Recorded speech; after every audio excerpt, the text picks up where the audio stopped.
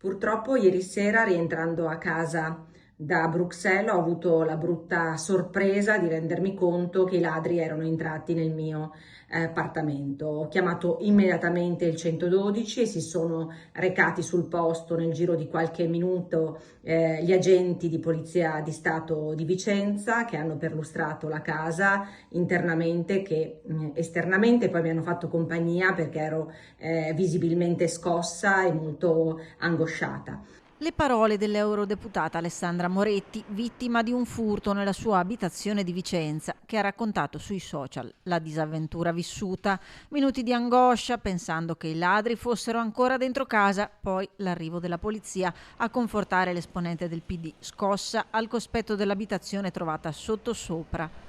Solo l'ultimo in ordine di tempo, nella scia di furti e tentativi di effrazioni che negli ultimi giorni si sono consumati in città, il cui modus operandi dei malviventi vede praticare un foro con il trapano sulle porte e finestre per poi introdursi nelle abitazioni.